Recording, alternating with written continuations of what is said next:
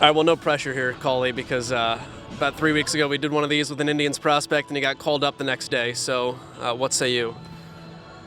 I mean, if that were to happen, I would be absolutely ecstatic, and that would be a pretty impressive streak on your part. Let's talk about him for a second. You get traded into this Indians organization in the offseason. What was the first thought that ran through your mind when you said, hey, I get to be reunited with a Ball State teammate in Zach Plesac?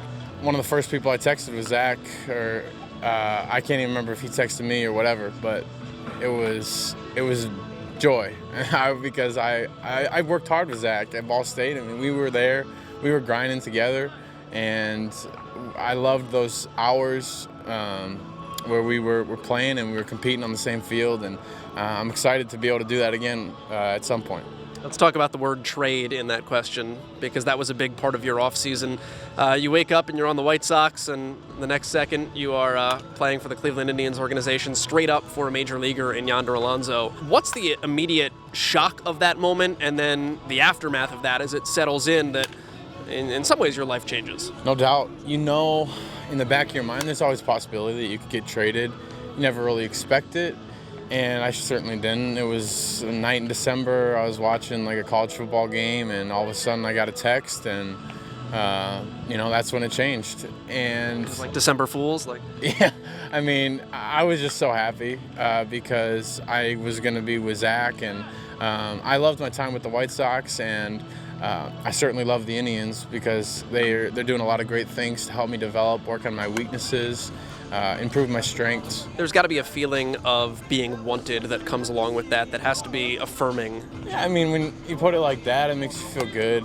You know, Yonder Alonso is a great big league player. He was an all-star, and it helps to kind of have that standing next to your name, so you feel like there's some kind of an investment in you, even though you have a new team who didn't draft you, but apparently they wanted you, and that feels good to be wanted. So, I'm going to go out and compete, do my very best, and try to, prove whoever was like, hey, we want Call, make sure that they get a promotion, and I end up in the big leagues for a long time. And no pressure on that note either. This is the first time you've played close to Muncie, so it's the first time we've had an opportunity to catch up with you also.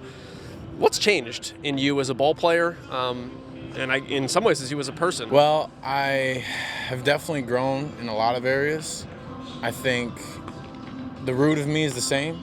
I have a God-first mindset, and I'm centered on the fact that I'm going to get better each day, work hard, give it all that I have, and take pride in that. I love baseball. I love it even more, I guess, now that I do it every day. I was almost in tears last year when I took off the jersey at the end of the season because there's no more game tomorrow. So I don't know what I'm going to do, even though I obviously knew what I was going to do. But I love to play the game, and I'm thankful for this grind each year. You get stronger, you get wiser, you get a lot of information dealt to you, and you develop your plan and your approach, and you really learn how to manage a season, because there's a lot of things that go into a 140-game schedule that you haven't been prepared for, and there's struggles that you also haven't been prepared for as much, where you have to be able to handle them in a way that is beneficial for you.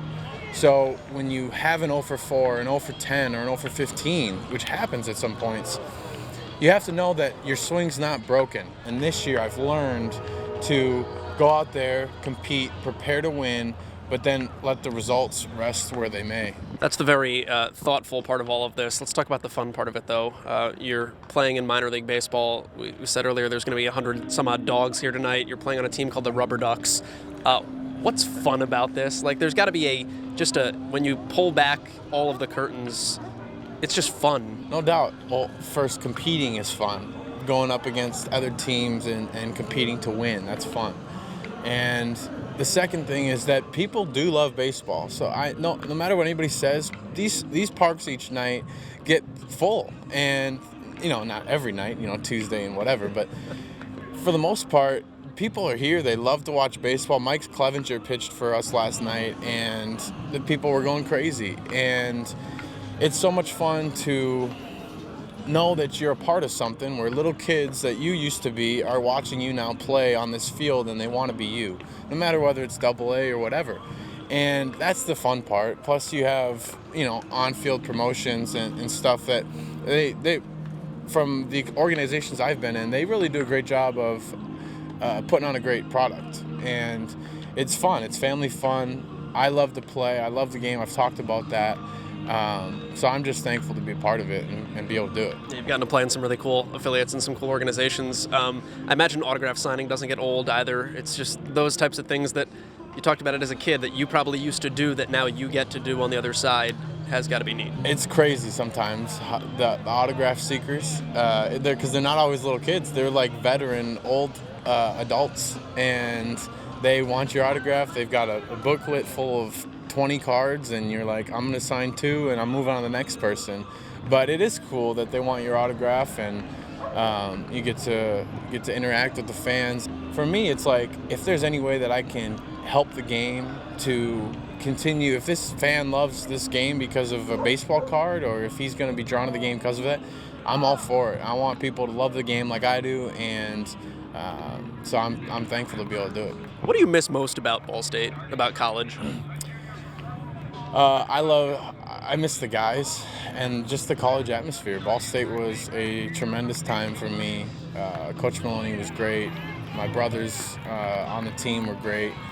And you can't really replicate that as much with this team because they're guys come and go, and you don't have those lasting impressions with each other that you get at Ball State. And those are the relationships you value the most.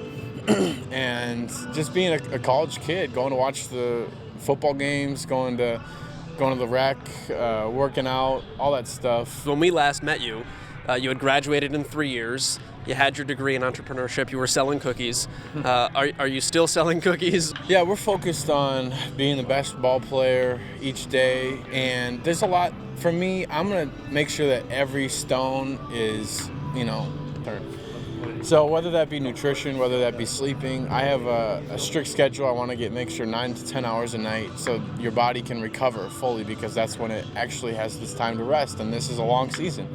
So plus you get to the field at 1 o'clock for a 7 o'clock game, and if you need 10 hours, that's not a lot of time to be free.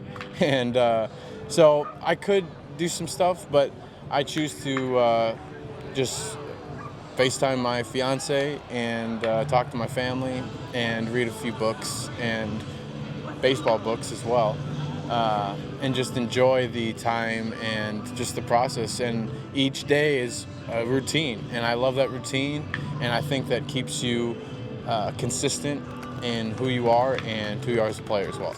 What's Coach Maloney mean to you still? Coach is great. He's always been a great leader and someone that has been in communication with me, and I've enjoyed, especially at our time at Ball State, just how he would have his passion, his energy, and his care for the players. He's always believed in me from day one. He told me, I want you to be at Ball State for 3 years, and I want you to be gone. I want you to develop, and he's always been a great mentor for me, and always someone I can talk to. Let's wrap it up where we started. We'll bring it back here to Akron. You mentioned being injured a little bit in your career, and that included the beginning of this season where the first couple of months you had to open in Arizona. You showed up here, though, and on your first day you hit a home run. Pretty nice start to 2019 once you actually got to an affiliate and to a team. What was that night like, and how has that jump-started you? Because you're playing really well the last few weeks. Well, it's just a culmination of working hard and getting back to it, being able to play meaningful baseball at a high level.